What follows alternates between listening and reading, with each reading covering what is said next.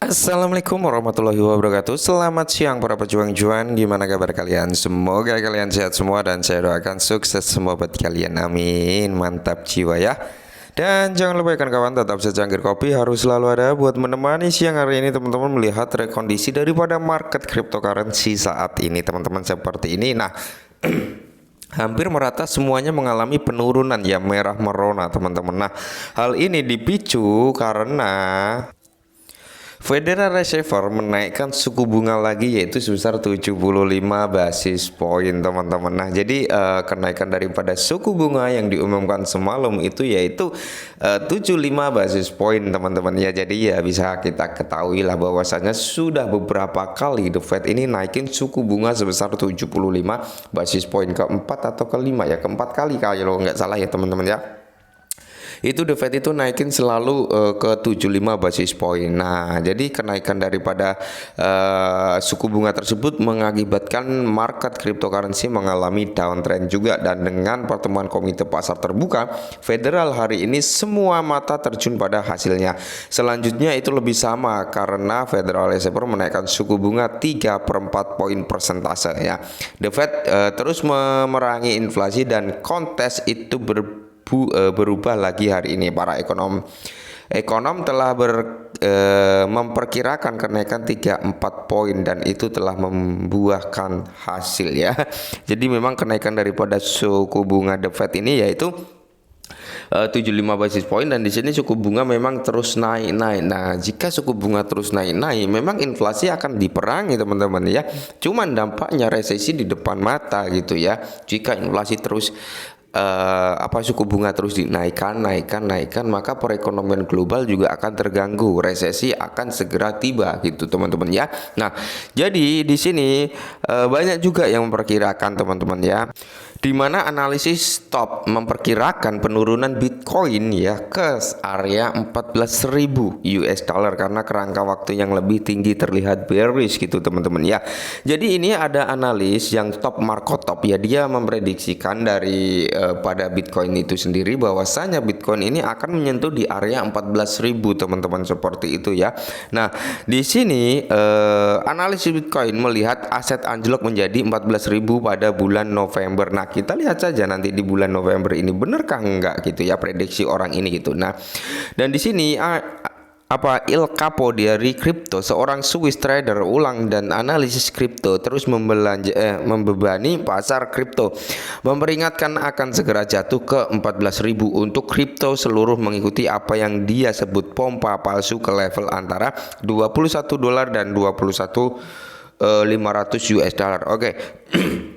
Jadi di sini diperingatkan juga teman-teman bahwasanya ketika Bitcoin ini menyentuh di area 21.000 atau di area 21.500, maka disitulah ya menjadi pompaan palsu atau alias kenaikan palsu lah, intinya seperti itu, dan itu yang akan menyebabkan kebantingan harga akan lebih turun lagi katanya seperti itu. Dan jika benar terjadi di bulan November ini bisa nyampe ke 14.000 ya kan, otomatis aset lainnya juga akan hancur lebur teman-teman, dimana dia juga akan mengikuti arah daripada Bitcoin sendiri, dimana kemarin saja Bitcoin nyentuh di area 17.500 atau 600 itu kan aset kripto lainnya juga amblesnya bukan main gitu ya kan, apalagi kalau sampai ke 14.000 ya, itu bisa lebih anjlok lebih dalam lagi untuk aset-aset cryptocurrency lainnya. Maka ya warning dan tetap kuatkan mental teman-teman ya. Nah, tapi kalau sampai nggak turun ke 14.000 karena prediksinya dia itu di bulan November ya kan, maka dari itu saya sudah sering bilang ke teman-teman semua, prediksi itu nggak ada yang 100% akurat ya kan, bisa iya bisa tidak, 50/50 lah prediksi itu ya. Jadi kita nggak usah terlalu berpikir waduh ini gimana nih sampai 14.000 nanti takutnya kalian cut loss kalian ini, enggak ya, jangan kayak gitu teman-teman ya.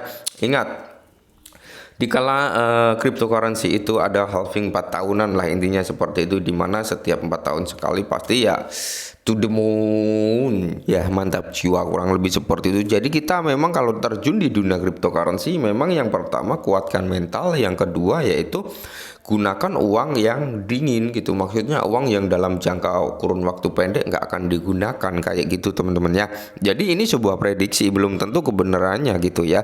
Jadi kita kalau sampai benar terjadi kripto ini turun sampai 14.000, ya otomatis aset lainnya juga akan hancur. Dan di sini suku bunga telah mencapai 4% tertinggi sejak Januari 2008. Hal ini menunjukkan intensitas kondisi pasar yang sedang berjuang. The Fed telah mencoba yang terbaik untuk mengatasi inflasi dan mencegah ekonomi dari kemungkinan resesi. Tapi jika suku bunga ini dinaikkan terus, memang The Fed ini memerangi inflasi dengan cara menaikkan suku bunga, ya kan? Tapi jika suku bunga ini dinaikkan terus menerus oleh The Fed, maka perekonomian juga akan terganggu gitu teman-teman, dan resesi nggak bisa dihindari juga gitu ya kan. Nah, dan di sini Jerome Powell dari The Fed menyatakan perlunya kenaikan suku bunga berkelanjutan. Nah, jadi Jerome Powell ini akan terus menaikkan suku bunga ini kalau nggak salah nih menurut sebuah artikel ini, karena menyatakan perlu kenaikan suku bunga berkelanjutan. Maka masih ada gila-gilaan dalam kenaikan suku bunga juga gitu teman-teman, dimana Powell juga menyebutkan tingkat suku bunga tertinggi lebih tinggi dari yang diperkirakan sebelumnya.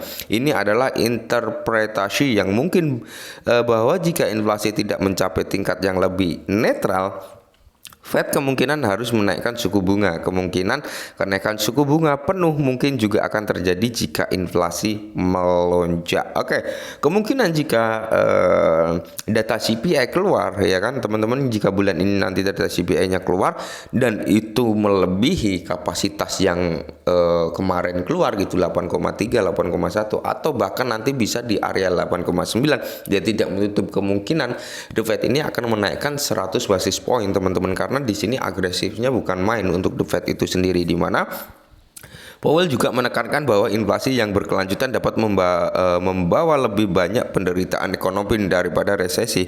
Dia juga mengungkapkan bahwa dia berharap ada cara yang tidak menyakitkan untuk melakukan itu. Jika inflasi tidak mereda seperti yang diharapkan The Fed, kemungkinan pengetatan kebijakan moneter juga tinggi gitu teman-teman. Nah, jadi di sini sedang mencari alternatif lain nih untuk menekan inflasinya, dan mudah-mudahan inflasi segera turun ya, suku bunga juga turun lagi, normal lagi, dan keadaan kripto bisa membaik lagi gitu teman-teman. Tapi untuk saat ini ya, harap bersabar, kuatkan mental teman-teman, dan jangan panik lah, intinya seperti itu ya. Nikmati aja alur dan prosesnya, karena memang setiap kesuksesan itu pasti ada prosesnya, nggak ada yang instan teman-teman ya.